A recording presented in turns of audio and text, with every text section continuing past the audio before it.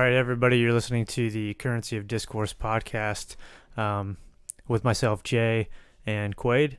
And today we thought we'd talk about the idea of freedom versus the general well-being, the dichotomy between the two, whether one has to ultimately suffer one over the other, or if you can find a balance.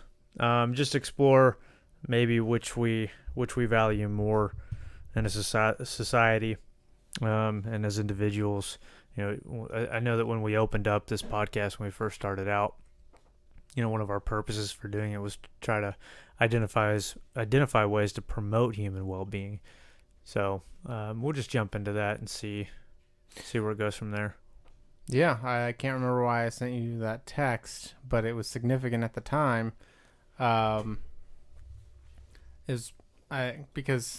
The part about it, would you want someone to sacrifice your well-being for their freedom? Yeah. See. Okay. So when you first asked me that question, right? Like if you just made me choose between, without getting complicated at all, freedom versus well-being, which do you pick? I thought about it for a little bit, but my natural inclination is to go towards freedom. But then when you introduce, more layers or more questions, like, well, okay, you want more freedom versus the general well-being, but would you do that at the expense of someone else's well-being or someone else's freedom? Because we're constantly making those decisions with lots of things. We're saying, even though our freedom to have or do this thing is inhibiting well-being, we're still going to choose freedom. Right? Mm-hmm. But then the question is, do you do that when... Because the thing is, in scenarios, you have that option. And in that option, you have power over the other person. Like, almost absolutely. If you're in a position where you actually get to choose whether or not you're going to keep your freedom and take away somebody's well-being, or reduce their well-being, right? You're in a position of power, right? And the question is, if the roles were genuinely reversed, would you have the same principle? Would you say, no, they're absolutely allowed to choose their freedom over my well-being? Is that really, does that mentality come from a place of privilege where you don't realize how bad it would actually be if that were the case for your life, where people were actually in power over you enough to be able to privilege their freedom over your well-being, right? Because I feel like there's a lot of scenarios in this, and I had a reason, because I was going to send it to Chris for some reason, but I can't remember exactly what I said, or I would have to go ask her. But I think the main idea is just that there are these times where we don't do something because we see it as taking away from somebody else's freedom, right? Mm-hmm. Even though it's going to hurt a lot of people to allow people that freedom, essentially. But I can't, off the top of my head, I'm thinking the gun thing, but that's not what it was. It was something else. Because essentially what we're saying is we know what the damage of guns are, but we want people to maintain their freedom, right? Mm-hmm. Essentially, their right to bear arms, right? Yeah.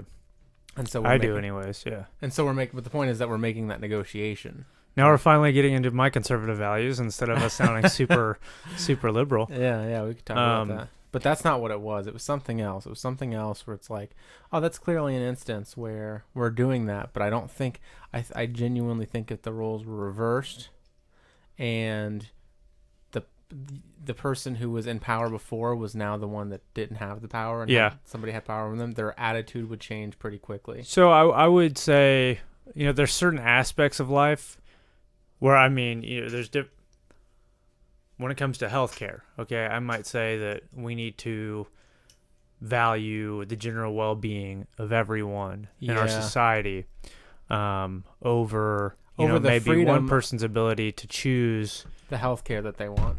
If they're getting, there's a reason that very wealthy people survive certain diseases and poor people don't. Yeah. And it's because that they have the ability to go to where the best care is, right? Yeah. And if in a perfect world, again, I'm speaking, philosophically, in a perfect world, I want everyone to have the general the ability to receive that health care. Mm-hmm. Whereas there are other parts of society where I'm going to pick freedom Right. over the general well-being potentially. Yeah. And the when it comes to this dichotomy between freedom and well-being, talking about healthcare, right? Yeah. If you as an individual make a choice to move out to the wilderness in northern Idaho, right, where there's not going to be a hospital, Yes. does that mean that the government's supposed to suddenly build you A hospital? hospital with Yeah. any possible injury that you could incur because you decided to move way out there? No, obviously not. I mean, so there's that balance of like, the farther you venture out away from Yeah. civilization, your access to what the general society is going to have is going to Well, you want is people to gonna have wane. options. That's what you want, right? Sure, yeah. You want people to have options and to be able to choose from those options. But yeah, I think the healthcare thing is pretty much the direction I was going, because that maybe even like education. There are certain things where we don't want to take away people's freedoms, and we do it knowing that allowing people to have those freedoms are going to basically decrease the well-being of other people, Mm-hmm. essentially. American society, though, I mean, as things have stood, at least the last couple hundred years we've existed, is based on individuality and your freedom to move Right. and make choices that you want to, and maybe public I remember perception now. is changing, Yeah. becoming a little bit more collectivist in certain areas. But yeah, I mean, historically, we as a country lean more to that freedom side. Yeah. Yeah. Yeah. What do you remember now?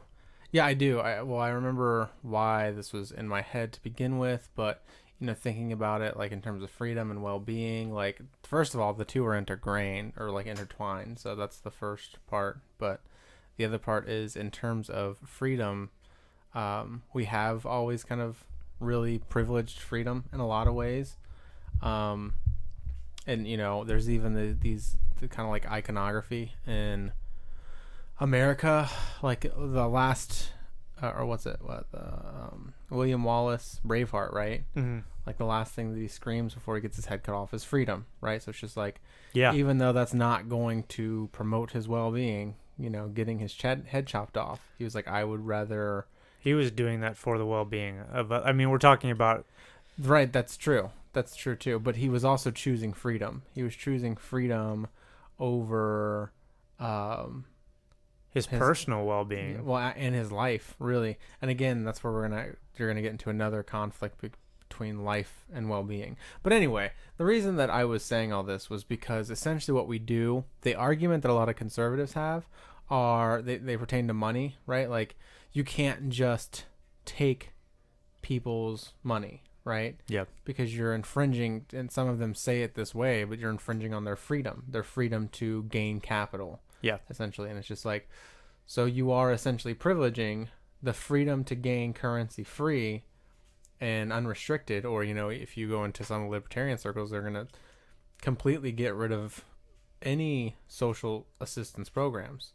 And the reason they're going to do that is they're going to say, well, people need to decide if they want to give or not. Right. Mm-hmm. Which they'll also argue the community will pick up on the slack of the lack of government intervention. So yeah, like the role of the church would increase in community services or some nonprofit organization. Right, but that might not happen though. That's the which issue.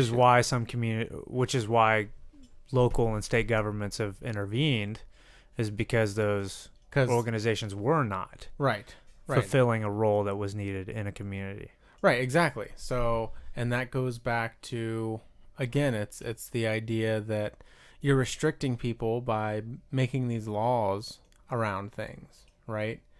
But the reason that you're doing that is because the alternative means a decrease in people's well-being. People are going to starve, or they're going to be sick, or they're not going to have a place to live, which are basic things that you need for well-being, right? And I think as it stands for me right now, I'm on the well-being side, because to me, well-being is superior to freedom, because freedom, the reason you want freedom is because it promotes well-being.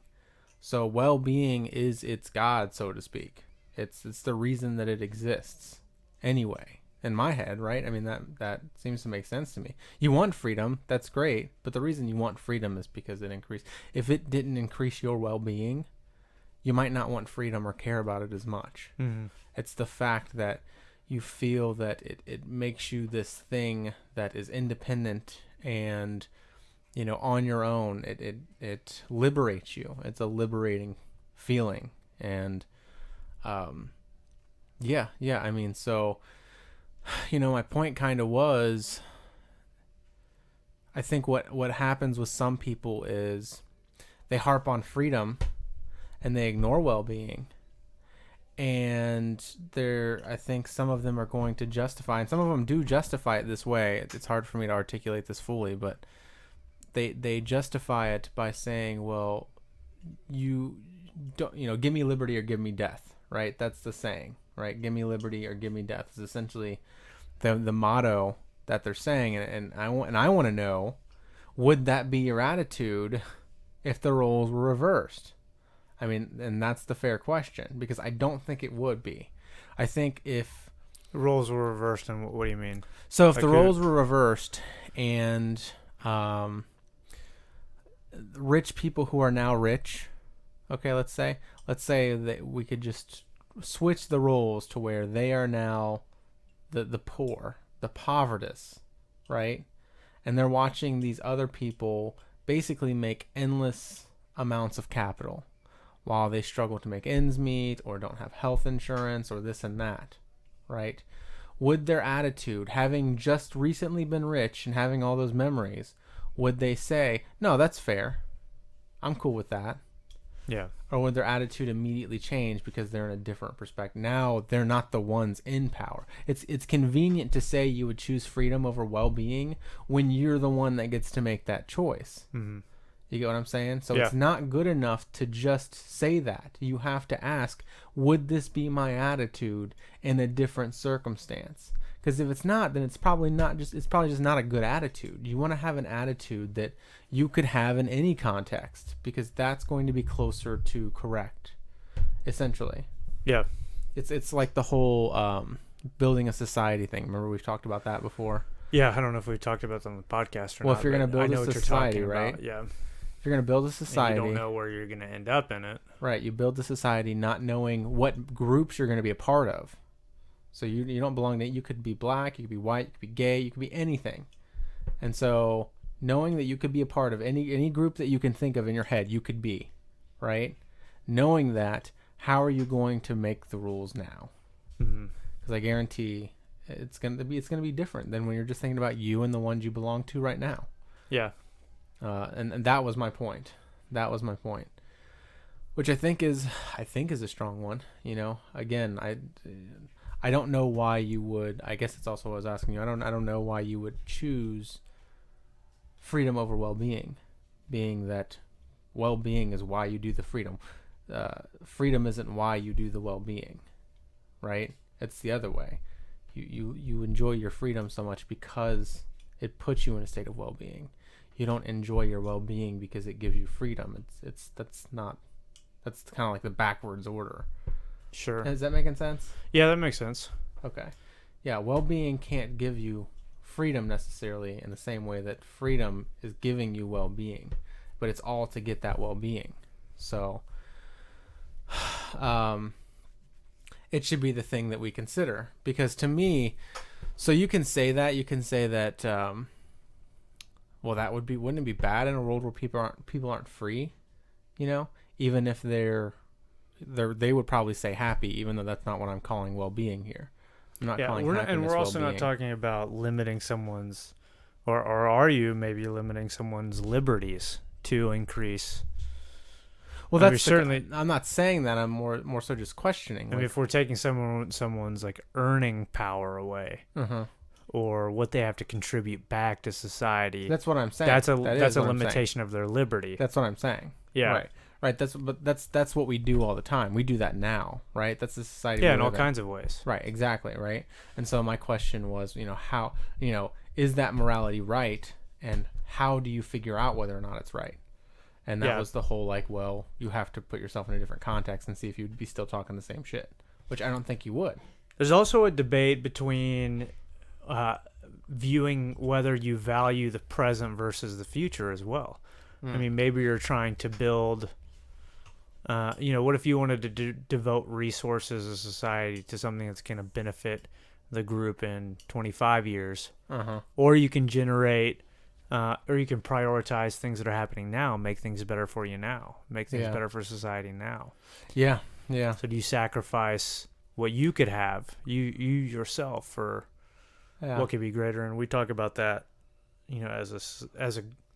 in cultural conversations, this is kind of where you get into like climate change, right? Because there are people in positions of power that benefit from the status quo. Yeah. Now. Yeah.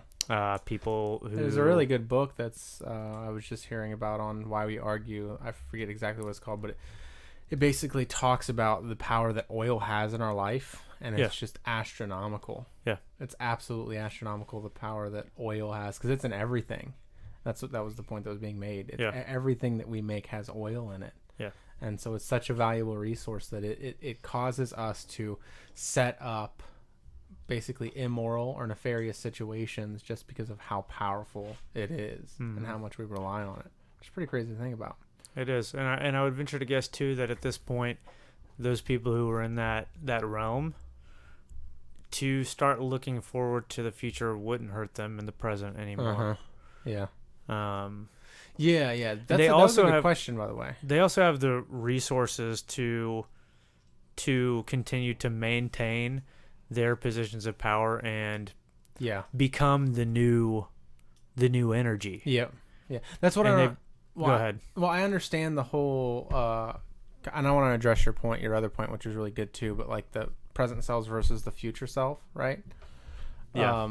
But the other thing is, I want to know, because I think the idea is, well, you don't want to take people's wealth because that's all they have, basically. That's what they work so hard for, right? And two thoughts for me are like, really? Like, that's why they work so hard? They don't just enjoy what they do? Yeah. Because, it's just like, if you didn't have that economic incentive, you wouldn't do it. Well, then you probably don't love it. If you wouldn't do it, as long as you were financially stable, then you probably don't love it. Well, let me, give you more like a concrete example. Okay. Let me use an example, like someone like Elon Musk. Okay. Mm-hmm. Elon Musk can do the things he does because he has the capital to do it. Okay. Yeah. And there are things that he does that I find useful to our society. He develops technologies that's going to advance our ability to move like beyond the earth. Yeah. He comes up with ideas like the Boring Company that might make transportation in a mega city like LA easier, more simplistic, right? So I don't want to take away someone who really can create such significant change in a fast amount of time. I mean, he's made all kinds of changes to our society relatively quick time. Yeah. I don't want to take away his resource.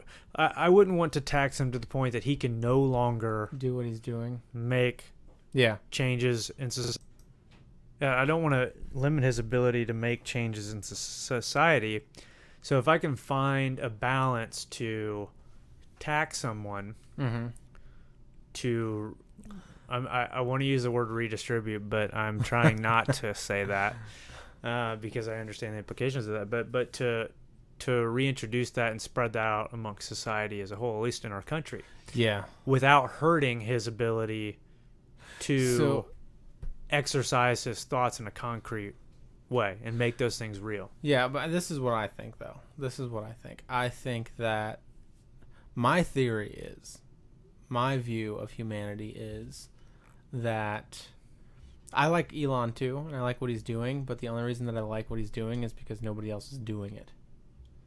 He's doing, and he's thinking so far ahead, and that's the way that a lot of rich people should be thinking, and they're not. So yeah, for and that, in that liberty is being in a society that's structured the way that we have it allows him to do those things. If we lived in another part of the world, that's where I don't necessarily agree. I think that in a world where he doesn't have the same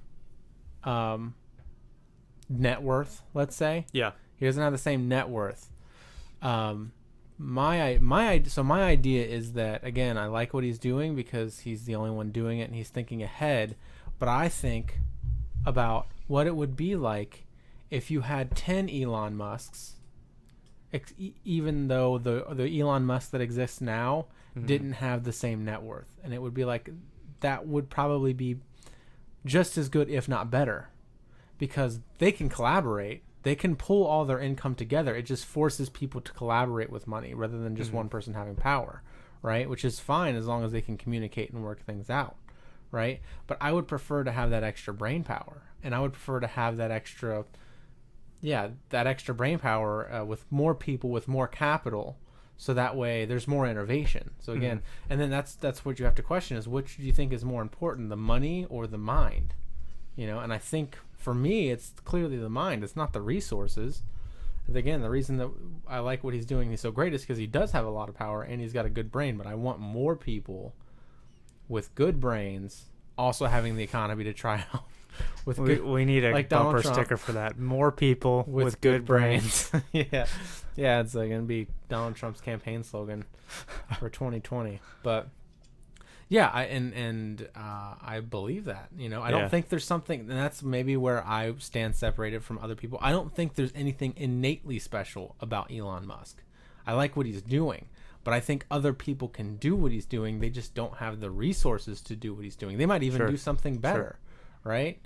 So for me, it's like you definitely want, for me in my head, you want a rich class, right? You want people who do have more capital, but you also want everybody to be able to try out their own ideas, because that's where the innovation is going to be really happening, is that when people have a lot of resources to do things with. The only thing you do by distributing those funds, in my head, is you make people have to collaborate more. They just can't. They're going to have to learn to get along with people and not always get what they want, which to me isn't a bad thing. Yeah. If society's going to be a shape, like right now it's like a pyramid, so there's a lot of impoverished people. Well, have you seen that video? Have you seen that video? Have you seen that video talking about how bad the income gap is? No, I haven't. I'll have to show you, but go ahead. You know, if our society is more like a pyramid now, a lot of impoverished people, slimmer middle class, and then a very slim, you know, wealthy class. You know, you want more like a diamond. You want like a robust middle class that gives. So now you've got enough. You've got enough to take your good idea and do something with it. And if you fail, the game isn't over. Yeah. You can recover. Yeah. Because then that's going to incentivize people to take more risks, which is what you want. Yes. You want people to feel like, I can take this risk and it's not going to kill me, because then they're going to actually do it, and they're not going to be stressed when they're doing it. As stressed anyway. Yeah, so I'm fine with, I mean, just the nature of the world. There has to exist people who are wealthy, and you know there are going to be people who are poor based on their decisions and stuff. But yeah, you could have a perfect society of people, you know, the right social programs or the right amount of wealth, and there's still going to be people that are going to choose to be poor, and that's fine. You know, as long as that's what they want, you know, as long as like that's what they want. I mean, I do it, and we've talked about this before in my own life. Like if I have to pick, right, like I would rather be, honestly, I mean, with the way things are structured now, I would rather be poor and have the ability to move and do the things that I want, instead of being stuck in a job that keeps me in the middle class, but I'm miserable and I can't I can't pull away from it because I have to be there, Monday through Friday. I don't have the ability to vacation or whatever. Yeah. I'm going to put myself in the lower class Yeah. so I can do more.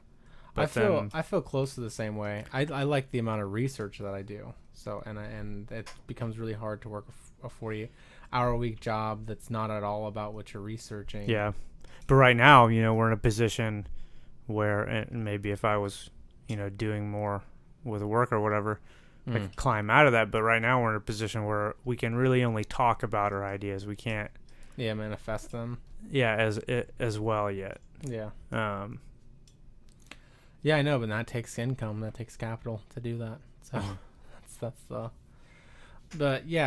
but just to go back to the whole well-being versus freedom, again, I think that people need to spend. I think the problem is there's not enough people, especially ones that have power, that are thinking, is it right to privilege my freedom over people's well-being, and is it something that I'd want? And then to just change their attitude about it. So like, well, I have to start thinking differently now. I can't people have to have a certain amount of well-being before we can move forward.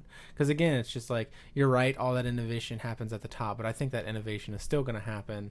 People would just have to collaborate more. They would have to pool their resources together rather than just one or a few people having those resources to accomplish it, which I don't see what would be wrong with that. It would be difficult in that it would take more communication, right? So more things to go wrong, right? But you'd also get more ideas. You get more troubleshooting. Everything generally would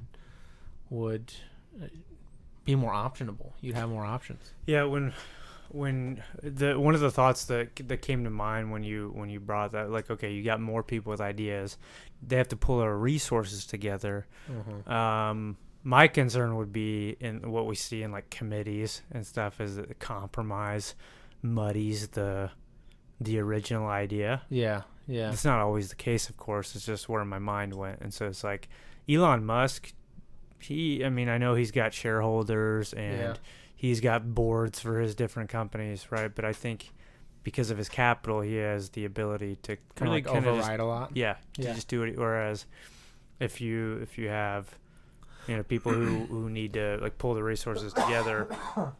Oh, that's the other thing that I was going to say too, is I'm not even quote unquote optimistic enough to say that if we distributed wealth more, right? Not talking about a complete redistribution, but just like give people more income generally, to close the gap, so to speak. Where, CEOs aren't making a billion and then no, but the thing is, managers. So the thing is, though, to me, people are always going to try to find the edge anyway, no matter what you do, right? Yeah. No matter how much. For sure. I am pretty convinced that if we did just straight up take, let's say, 90% of the income of rich people, first of all, they'd still be fucking loaded. They'd still be fucking rich off the charts, all right? Yeah. But they would immediately just start picking up the pieces again and find ways to make more and more capital. And the thing is, if that distribution of wealth actually increases the GDP overall, then rich people will be even exponentially richer than where they were originally anyway, because they'll have a more saturated market in which to make money with more ideas to invest in. So I am pretty positive they would make up what they were making in tenfold. It would just take... They'll always be okay. I think they'll be even more than okay. I think if they were living in a society that had more distributed wealth, where people could invest in more ideas, there would be more technology at our disposal that they could themselves use for their own ventures that were better than the stuff that was being made before. That's the thing, is they would be able to innovate more than ever because they would have more people with more ideas creating things. And they would just be at the top of it. Because they would still be richer than everybody else at first, Yeah. So I think what you would see is somebody like, Elon Musk, maybe his network drops, let's say, again, 90%, let's say he ends up, what is his net worth? Do you know? I don't know. Look it up real quick. Just keep chatting. I'll pull this up right quick. Let's say it's, it's probably a fucking lot. He's definitely a billionaire. 20.7 billion. Yeah, so 20.7 billion. So you take 90% of that. What is that? That's well, neither of us are in the mathematic field. right. So that would be like what, $5 billion? I don't know yet. I mean, that wouldn't be the 90%. No way. That would be, let's see. It would be 2 billion. No, wait, yeah, it would be 10%, so 2 billion. Right? He said he has 27. So you have 2 billion, right? Mm-hmm. To work with. Right? But now he's in a market with cooler stuff that can get more resources, that can go more places. It's like, I think he'll probably find ways to even exceed the 27 billion he's at now. Yeah. Yeah, so anyway, and then life, it's like, which one do you choose there? And I think life is the most essential, but that's actually the difficult one for me. Getting past life. Like, do you privilege people's well-being or their life? And it's like, that's to me a really tough one. Privileging their well-being over life. Yeah, because they can't have well-being without life, right? Yeah. So shouldn't you privilege the life then, right? Well, I mean, but then you could. You're always going to pick life first. But then imagine a world where you just kept people living. You weren't you didn't have to exhaust any resources in maintaining well-being. You just had to maintain life. Not good. That would not be good, right? Yeah. That would be awful. So that's, it's a difficult question to say. And so you really need some balance of life and well-being, but you're in a dilemma. You have to choose. You have to choose between somebody's life and somebody's well-being, and which one do you choose? Mm-hmm. We don't have the resources to create, a society where everyone's, completely taken care of. And I don't know that I want that in a way that, like, is there a level of care that ultimately results in people suffering as individuals in a way that they're like less developed because everything is provided? Yeah. They don't have any purpose, right? Yeah. Yeah. I mean, that is a concern of mine. I mean, I feel so. I was listening to a short clip from Graham Hancock today, actually, and this is. Don't worry about how you feel about the truth of this particular thing I'm going to bring up. So he was talking about Atlantis. Okay, he's talking about the city of Atlantis, and Plato was describing it. And Plato said one of the contributing factors to its destruction, this potentially great civilization, was it enjoyed everything in excess, and like a lack of moderation contributed to its society degrading. Is that something that we need to worry about? I mean, I that example is just for thought experimentation. It is something I wonder about. I mean, yeah. Oh. Yeah. Sorry, go ahead. Yeah, no, I think so to me, it's crazy how people walk through life, to me, even without purpose, because I just feel like that's one thing I am not deficient in. I could give myself purpose all day, just by all the stuff there is to research and look at and problems there are to solve. But some people really don't have that. And a part of me just believes that they don't have purpose because they're not in control of their lives. The reason that they don't have purpose is because it's not their purpose. The only thing they can do is follow. Okay, now we need more freedom then. Right, that's true. Right. You're absolutely right. There's a problem that we don't have freedom in the job market, even, right? That if you get into a job, you really don't want to quit that job because it's still going to be hard to find another job. So if you get a job, you feel this anchoring to that place. That's not freedom. That's restriction. Or even people have talked about it. It's really funny to me, actually. This is kind of a good segue. It's actually a perfect example too, because I remember working at the airport, and we were contracted. Right? So what that means is we're not a part of the company, and the company pays a contract company so that they can pay the employees less. That's the premise, right? And so we're going to work every day. Increase shareholder value. Yeah, basically that thing exactly. So And then, well, of course, just to be fair, their argument's going to be, well, it was a smaller airport, and so it's not like a busy, frequenting airport. So it's not the place to make money, so it was economically feasible. So, well, okay, that's not a discussion that really involves the employees at all. But okay, but there would be a poster on the cork board, and it was the right to work. It was the right to work law.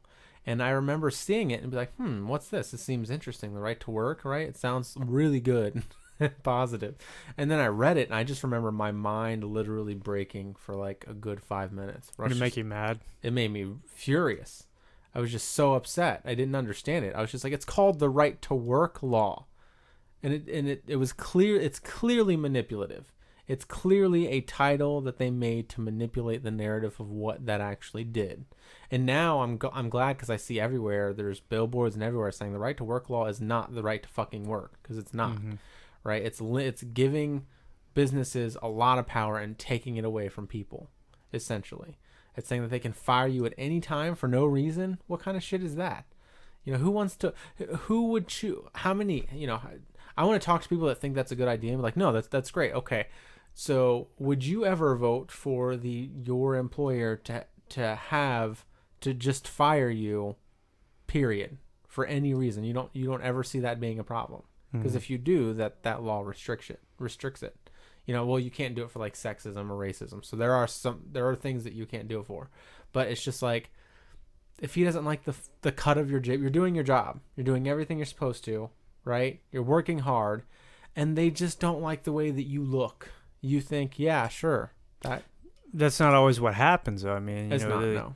In the civil service world, people who are underperformers, it's very hard to get rid of them. Yeah. And, maybe they don't contribute to, the ultimate vision of the organization or something. Right. And now you're stuck with underperformers that's very difficult to get rid of.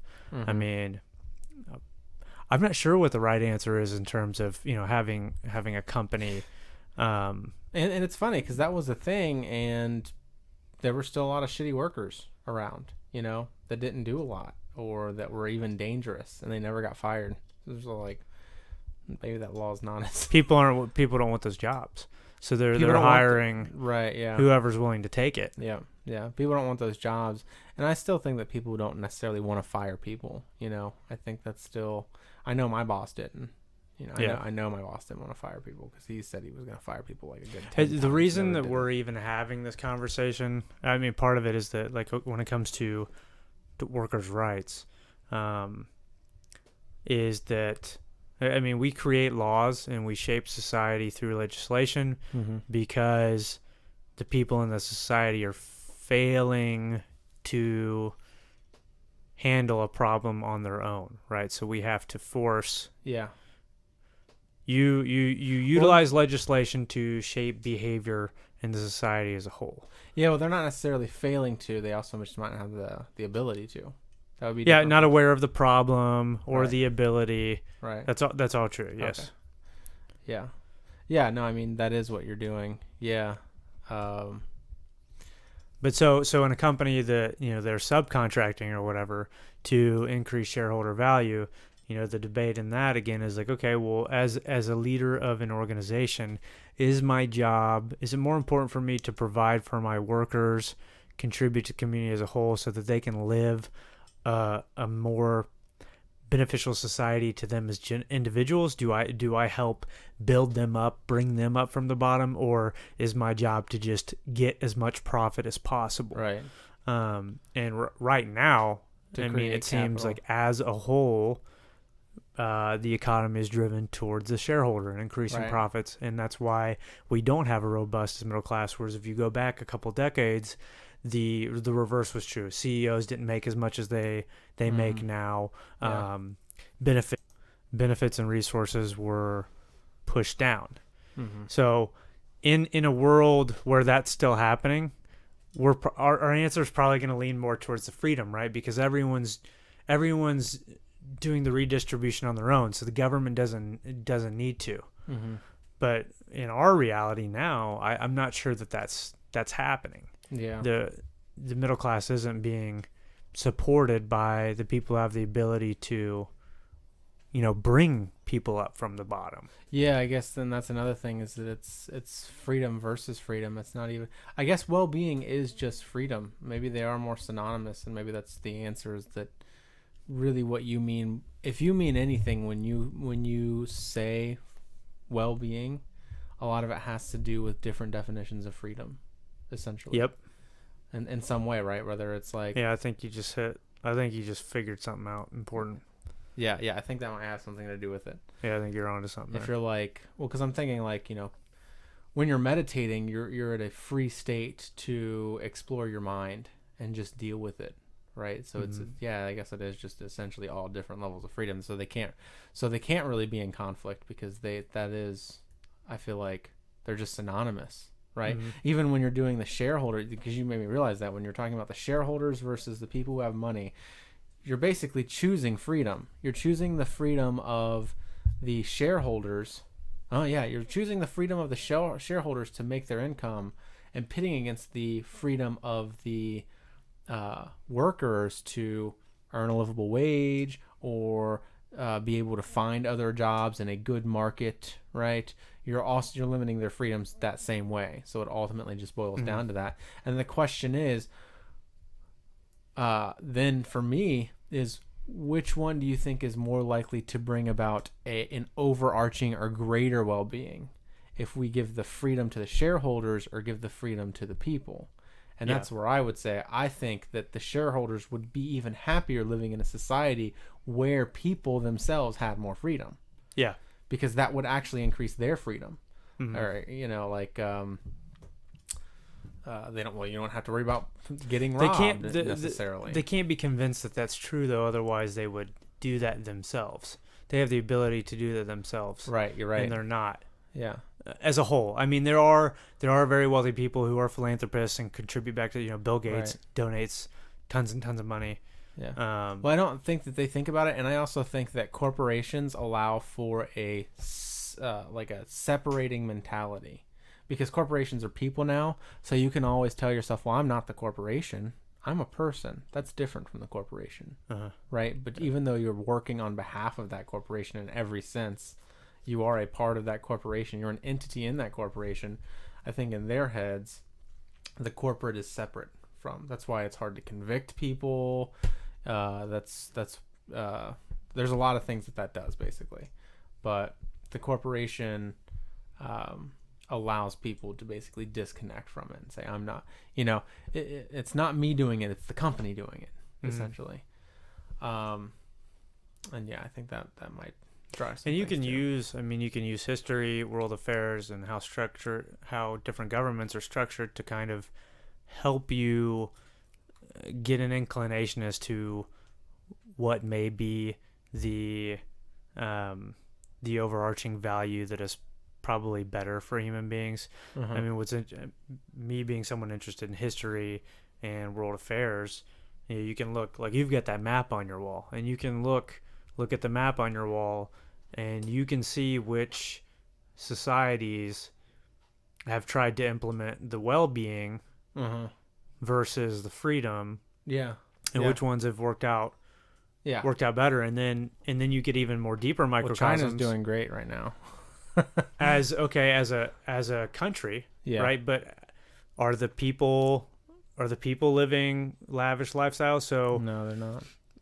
Look at the way we structure our trade agreements. A lot of our companies utilize people in China to produce cheaper products for us here in the United States, right? Yeah. So people from China moved from their farms into the cities to work these factories, but so now they maybe have more money, but did their livelihood improve? Right. And is that worth it for us to receive, the cheaper products that we get here in the United States? Right. But I'm going to go off a tangent if I go down that road. But in regards to how societies are structured across the world, even in the United States, you get a more even, definite microcosm as, we have a more decentralized, federal government. And so states get to play out more of that freedom versus well-being themselves as well. Yeah. And we've had this debate before about, okay, is it fair if someone in Ohio gets a better education than someone in Mississippi because of how they structure their education system. Right. But you get to see different ideas play out, though, and that's what I think is useful. For sure. But someone will suffer because of that reality. Right, yeah. And there's not a lot of I think there's ways to improve it, but there's no fix to it, essentially. There's no way around that. My only thing is I think our bar for so I forget, I don't know if anybody necessarily said this, but it's just basically the idea that like you can tell the progress of society, or you can tell how advanced the society is by the way it treats its least privileged members, essentially. Uh-huh. And I think there's truth to that. And I think right now that bar is way too low. That's, I guess, my overall point, is that we need to raise the bar. It doesn't have to. Again, some people are still going to be poor. Some people may choose to not work, or are we talking about in the world or in the United States? In the United States. Okay. Yeah. I mean, poverty has shrunk everywhere, though. Yeah, it has. Yeah, overall trend. Dramatically. Yeah, it has. And you can talk to somebody like Steven Pinker, or I'm sorry, Steven Pinker. Yeah. Steven Pinker. That's going to point out those trends, and that's great. But I also, I think the person still in poverty is not, great, right? Yeah, awesome. Things are excellent. Yeah, right. Exactly. And so, and then the other. So yeah, it's also one of those things that's easier to say when you're on the top, and also, things don't have to stay that way. I mean, that's the other thing. Everybody talks about it, like, well, the trends are getting better. And it's just like, yeah, trends change. They don't always have to go that way. If disaster strikes, or things will get worse. That's what's going to happen. And they're not going to get worse for everybody, or they're not going to get as bad for everybody, right? Some people are going to be able to insulate themselves from that tragedy, and a lot of people won't. We have it between AI and global warming, right? Those seem to be like the two reoccurring things. They continue to come up. Yeah. Can I throw another thought experiment at you that I think pertains to what we're talking about now? Is like, okay, so again, I don't know, I feel like some of the things I've been listening to Graham Hancock about kind of pertain to this in a weird way. So let me just throw this thought experiment at you. So he's this guy that thinks that advanced civilizations used to exist in the past, not like people with computers and stuff, but could navigate the oceans and understand astronomy and could do like complex math and these kinds of things, right? He argued that there's a time where these advanced civilizations existed, and because of cataclysmic events in the world, like a comet strike or something, destroyed those civilizations, but the people who survived and thrived were hunter-gatherers. So if I asked you, who do you think has greater freedom and well-being in a world where there's hunter-gatherers and advanced civilization, you might say the well-being's better as a hunter-gatherer. Well, the well-being is probably better than for someone who lives in that advanced civilization, right? Oh, okay. But the people who survive in a cataclysm are the hunter-gatherers, right? So, it depends. Do we intentionally,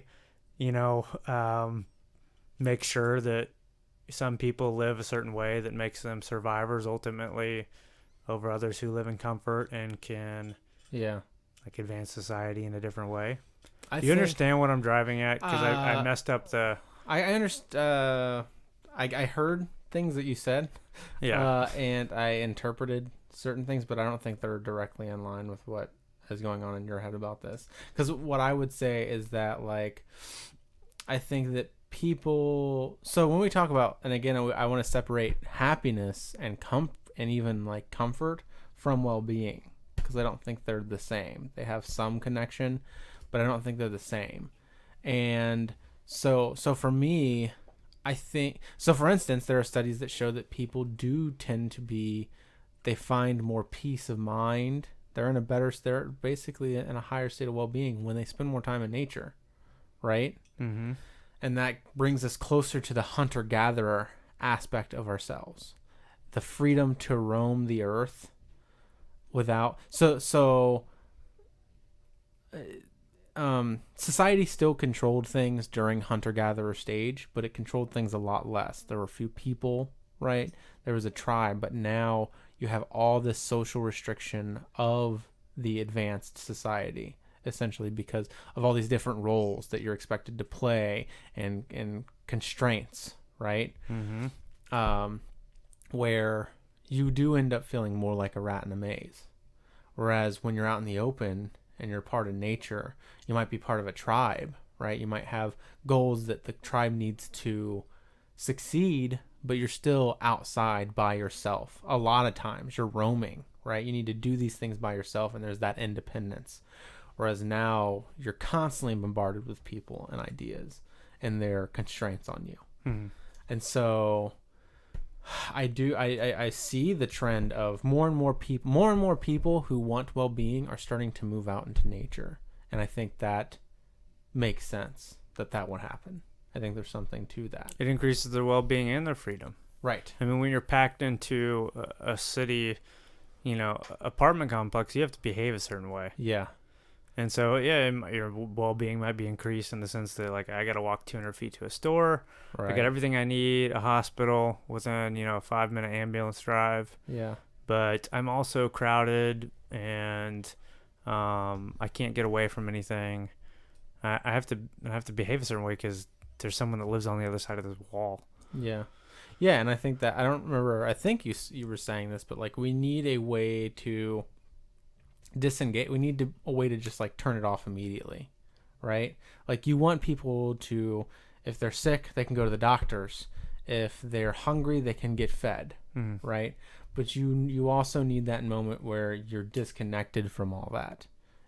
Not that you can't go to a doctor's if you feel sick, but that the doctor's not around and you don't have to worry about it. You can be free, largely just be free on your own somewhere, essentially, to have your space. Yeah. And be able to do things in that space is vitally important. And there also seems to be something behind it being in nature.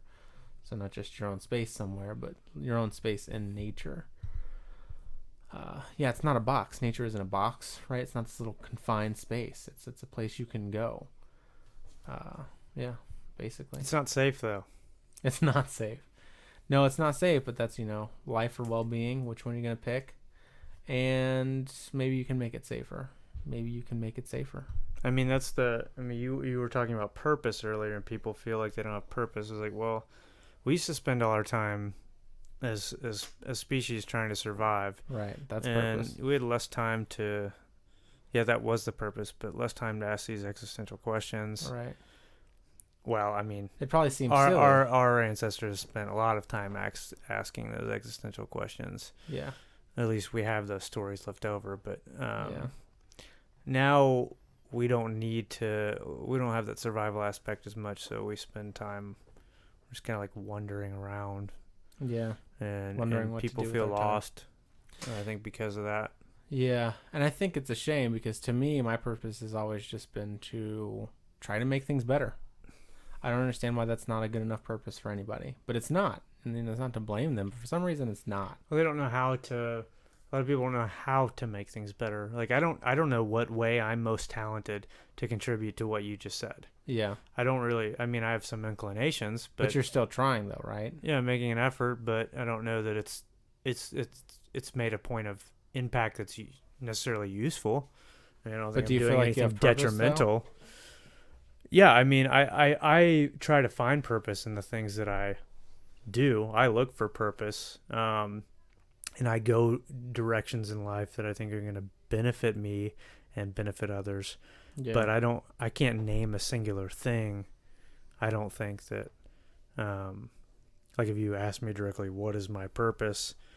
I would say my purpose is to like help people around me and try to build a better life for myself and do as much good as I can while I'm here. Yeah. But I can't be specific about how I can do that. Some people can say like, well, I'm going to school to study, to be a surgeon because I'm really good at. I think I'd be really talented at fixing Yeah. somebody's Yeah. like ailments or whatever, Yeah. right? But I don't have that. Well, actually, I mean, so no, but you have purpose, and I think there are people that, so for instance, they put their mind. This happens a lot. I should probably compile a list because I've heard about people or whatever, but they give themselves a goal, and then they meet that goal, and then they don't know what to do. I mean, and there are people out there like that. Like they have this intense goal, and they spend their whole lives concentrating on that goal, and they actually get it, and then they don't know what to do. And it's like, to me, what you're saying makes more sense than that. 'Cause just like, really? Like it just because that one thing is now done, you can't think of the millions of other things that there are out there to do.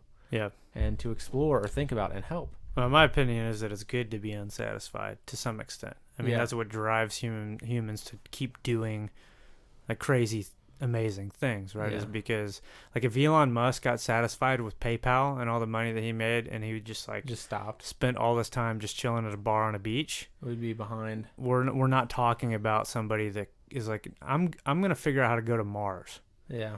If someone doesn't take his place because he didn't do that, right? Yeah. Yeah. So there is an element of unsatisfaction that I actually think is good. Yeah. Might not be good for the soul, but I agree with negative emotions being good or negative feelings being good. But I guess my point was that people, to me, the whole purpose thing that some people have is really a disconnect from humanity. The problem is that their lives have never been about being a human. It's been about being themselves and an individual. Because once you incorporate the truly like human elements to the conversation of your life, then purpose, I don't see how purpose could ever go away, because humanity is such a complex issue. You'd spend your whole life dealing with it. You know what I mean? But people don't. People, to me, and this is what I think, people are so disconnected from each other and from humanity as a whole that when they accomplish whatever, and they might have it for any reason. So you can be like a Mike Tyson and spend your whole life learning how to fight, right? And then this isn't what happened to Mike Tyson. He's not one of these people, but you achieve exactly what it was you were. So you become champion of the world, and you beat off all your opponents, right? A lot of people get to that place, and then they don't know what to do. Or they've been a fireman for 45 years, and then they have to retire, and they're scared of it. They're scared of retiring because they're not going to know what to do. And there's lots of those narratives, right? It's usually with older people, but it can be with younger people. And to me, that is, in my head, a disconnect from humanity. Because if it was, you just feel like, well, I'll just find a way to like help people. I'm not going to be a fireman anymore, but people need help. They don't just need firemen, right? But there's that fear. There's that fear that maybe that to me doesn't occur to you because you haven't spent enough time thinking about your humanity. It could also be me. No, not you. These people that I'm talking about. Yeah. And then I think that the other thing might be that another option is that they just don't know how to, like, they want to help humans. So it's not a matter of wanting to help humans. It's just that, like, you want to do it, quote unquote, legitimately. So, like, as a fireman, you're, like, really helping humans, right? Yeah. And so you wouldn't want to go from being a fireman and actually helping people to, like, doing a 5K run or, like, it would be way different in terms of your actual help. Yeah. And value. The firemen can see the results of, like, their work. Exactly. Immediate. Right. So maybe at that point it's just like, well, that's not a real purpose. And their impact is tangible. Yeah. Whereas, like, a lot of people who are helping, they don't see the results. Like, right if you're a policy maker, you might not really get to see what your policy, what impact it has on someone for years. Yeah. And then decades. it's going to be questionable because there's going to be a million variables as to why or why that's not a useful thing to have implemented. Yeah. I think I agree with I think I agree with a lot of what you said, but people get stuck on what path to go down, so they end up being stagnant Because like, okay, well, you only get so much time to master something, right? Yeah. Or to do anything at all. And so people hold back, and then by the time they figure out what they want to do, too late to ever get into a position where they get to actually Do anything. Yeah, in that yeah in that field or whatever. yeah yep. Yeah. Yeah, that's true. Yeah, I don't know, but I think this is a tough thing for me, the whole like freedom versus life versus well-being. I think freedom and actually well-being, I think we made grounds on that. I think that was pretty good. But life and well-being is still pretty interesting question. Well, again, the easiest path to me seems simple, like, okay, life first, right? You're not going to take someone's life away to improve the well-being of someone else's, right? Like, you're not going to do that. Right. But the idea is that, like, so let's say you could press a button that would keep everybody alive but shorten our general well-being overall. There would be more people living that you could potentially make, you could increase their well-being in the future, right? But at first it's going to drop. There's going to be an overall reduction in well-being in the world. But that more people will stay alive. Which one would you pick? Mm-hmm. A more miserable world with more people, or a place with less people but better well-being? I'm gonna pick the more people, right? Because we could already do that if we really wanted to. I don't know. I mean, you just stop. Like we stopped sending aid to Africa. Yeah. Right. We just quit and we redirect all those resources back to building schools and roads and hospitals here in the United States. Right. We could do that. Yeah, but we don't do that. But yeah, and we don't because we're privileging their lives over the well-being. Yeah, because we see value in those people having something, right? Because if you don't, they starve to death or they die of AIDS or you know. So if I'm in a position to do that, appropriate funds or drive policy, I'm not taking away those resources from those people if they need it. Yeah, it's like you're not going to give somebody a steak when the person that's standing right next to him doesn't even have a cracker, basically. Like, is that the idea? Yeah. And you know, and like Peter Singer's book, The Ethics of What We Eat, was like one of the first ethical books I ever read for philosophy class. Was you read that at Centerville? Not at Centerville, but at a college that I went to. Oh, okay. Yeah. Gotcha.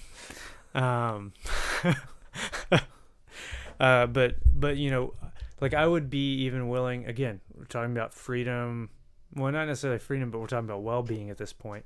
Mm-hmm. Is that we could change our diets in the United States to even prevent more starvation, right? So instead of eating more meat, or devoting, because we spend a lot of resources feeding cattle in the United States. Yeah. Maybe we alter our diet so that starvation is less in the other parts of the world. Would I be willing to limit my freedom to have steaks every time I wanted, or make it so that steak is more expensive the times that I do want it? Yeah, I would. That is a freedom I'd be willing to give up, right? There are freedoms that I would be willing to give up to increase someone else's well-being, but there are freedoms that I would probably be selfish about, right? And not give up for someone. And the thing is, hopefully, what you've done is if you're an internally consistent being, is you think, what would I understand if somebody else did, right? Like, so for instance, you were going to increase somebody else's well-being in another country, but you had to live in a cage for the rest of your life, right? You'd be like, I'm not doing that, right? And the thing is, would you understand if they did the same thing? If you knew, hey, this person had to choose between living in a cage or you not being sick anymore, and they chose for you to still be sick, I would hope that in that moment you'd be like, shit, I probably would have done the same thing. Yep. You know, as opposed to, hey, this person over here couldn't buy their fifth jet airliner, and that's the reason that you're not eating tonight. You'd be like, fuck that guy. Yeah. You know, and if you were that other person, you'd be like, oh shit, I really wish that this wasn't happening. And some people are probably like, okay, those are dumb. Like, Okay, great extreme example. But you make those extreme examples to help taper and find the middle ground. Also, they're extreme examples, but they're real examples. Yeah, it's not. It's yeah, exactly. It's not like I said, like, you know, a person trying to buy a gold mountain. That would be extreme. Where it's just like nobody's bought a gold mountain before, right? We're talking about some real people who buy their 5th yacht. You know, real people. Betsy DeVos's family. They got a yacht that they don't even use most of the time. They just bought it to be fancy, and it's just like, I'm sorry, like, you don't actually need that. You don't, you know. So that's like, if I have to limit your freedom to make so much, even knowing that you're still gonna live a fucking great life, then I'm gonna be an adult about it and just say, yeah, life's tough and there's nuanced choices, and I would prefer that children weren't starving over you having that, even though that involves your freedom. Yep. Essentially. Oh, that's great. Well, shit. I think that's a good spot. Yeah. Anything else that you want to No, I think that's tackle? I think that pretty much got it out. We got like, subscribe, comment, all that stuff. I wanted to say at the beginning, but I forgot. And if you haven't listened to this, next week we're going to talk about. I think it's okay to say that stuff at the end of the episode, because anytime, like when Sam Harris does his 10-minute spills at the beginning, I just try to find when he starts talking to them. Yeah, so do I. Yeah, but if you just say like, subscribe, and comment at the beginning. Like, subscribe, comment, everybody. It's going to be good. You just have to talk to us, and yeah. Yeah. And then, yeah, so expect these more consistently on Sundays now. Next week will be Friday, because we're going to bring Chris back on the show. Cool. And talk about religion. All right, have a nice night, guys. See you.